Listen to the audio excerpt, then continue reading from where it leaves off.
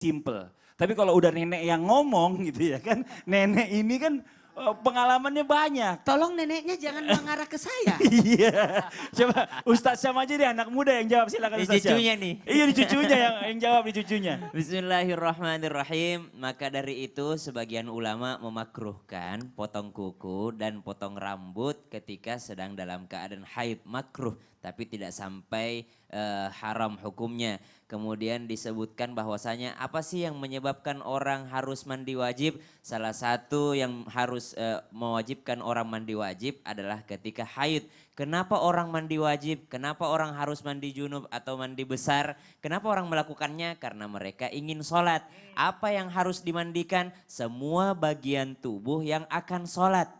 Pertanyaannya, rambut yang dipotong apakah dibawa sholat?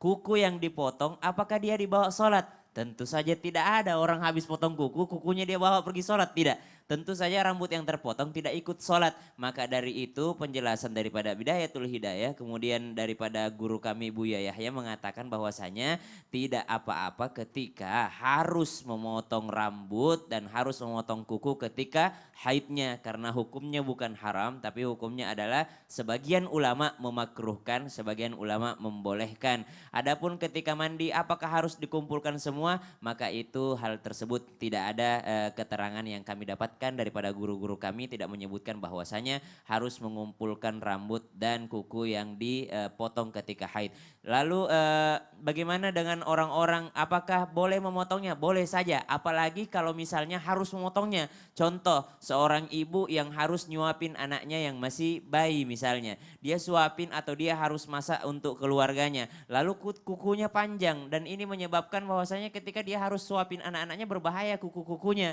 Kemudian ketika dia masak mungkin kukunya kotor gitu kan, maka alangkah baiknya ikuti sunnah baginda Nabi Muhammad SAW, yaitu memotong kuku supaya ketika masak tangannya bersih. Apalagi zaman sekarang kan kuman itu virus itu menempel di tangan-tangan kita. Kemudian rambut, apakah rambut terpaksa dipotong kalau memang lagi haid, ada memang keadaan harus dipotong. Siapa itu? Mungkin rambut orang para istri yang mungkin suaminya lagi keluar kota lalu suaminya mau pulang ke rumah, rambutnya sudah tidak kelihatan rapi, kemudian saya mau potong rambut, kenapa? Suaminya mau pulang ke rumah. Maka dari itu boleh saja ketika merapikan rambut, boleh saja ketika memotong kukunya, kemudian keterangan tersebut sudah dijelaskan oleh guru kami juga Buya Yahya, dijelaskan secara lengkap bahwasanya ini adalah kesalahan ketika membaca dalil tentang memotong kuku. Memang ulama kita pernah menjelaskan kemakruhannya, kemudian mungkin ada yang ketika membaca keterangan tersebut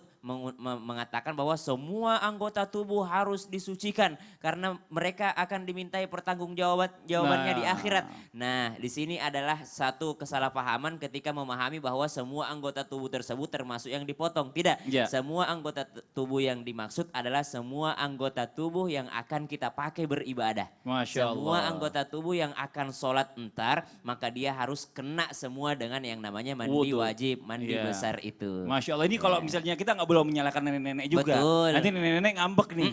Ya, yang jelas nenek-nenek itu paling seneng baca cuma kalau berita itu headline-nya aja. Oh, tapi di bawahnya highlight-nya. penjelasannya kecil-kecil itu tulisannya nggak kebaca soalnya. Nah kita anggap aja seperti itu ya. Tapi ada benernya juga karena bicara masa tadi kan ada sebagian ulama memakruhkan dan sebagian ulama lagi membolehkan. Kalau hati-hati, orangnya hati-hati, kalau dia takut ya udah nggak usah dipotong. Gitu. Iya Ustaz Syam nih sekarang nih ada lagi nih ya buat jamaah yang ada di rumah nih pertanyaan lagi yang dalam bentuk sosmed nih dari sosial media nih buat Habib Abdullah katanya nih. Coba kita bacakan ini dia nih. Ada Ustadz mau nanya nih katanya nih dari @uci Andini. Ustadz mau nanya, bayi kalau baru lahir di bawah bantalnya saat tidur ditaruh kaca, jarum, dan gunting untuk menolak bala. Boleh nggak? Kemudian ada yang bilang kalau maghrib bayi yang tidur harus digendong. Benar atau tidak? Makasih Ustadz. Wah ini Masya Allah luar biasa nih ya. Ini Bib gimana Bib? Kalau misalnya banyak juga nih, bukan cuma orang yang udah punya anak bayinya itu kadang-kadang dipakein peniti, ya kan? Ini bawang. Ini sebenarnya gimana? Boleh gak sih? Atau mungkin dalam pandangan Islam seperti apa, Bib? Itu ya. Ini mitos takut kenapa-napa ya. Mitos takut kenapa-napa. Ini nanti jawabannya kita antara mitos atau fakta Oh gitu ya. Ada mitos atau ada fakta. Mitos ada fakta. Udah nahan-nahan. Oh bentar Bib, maaf Bib ini mohon izin. Kita coba kita minta penjelasan lagi nih. Ayo silakan. Oh, iya. Jadi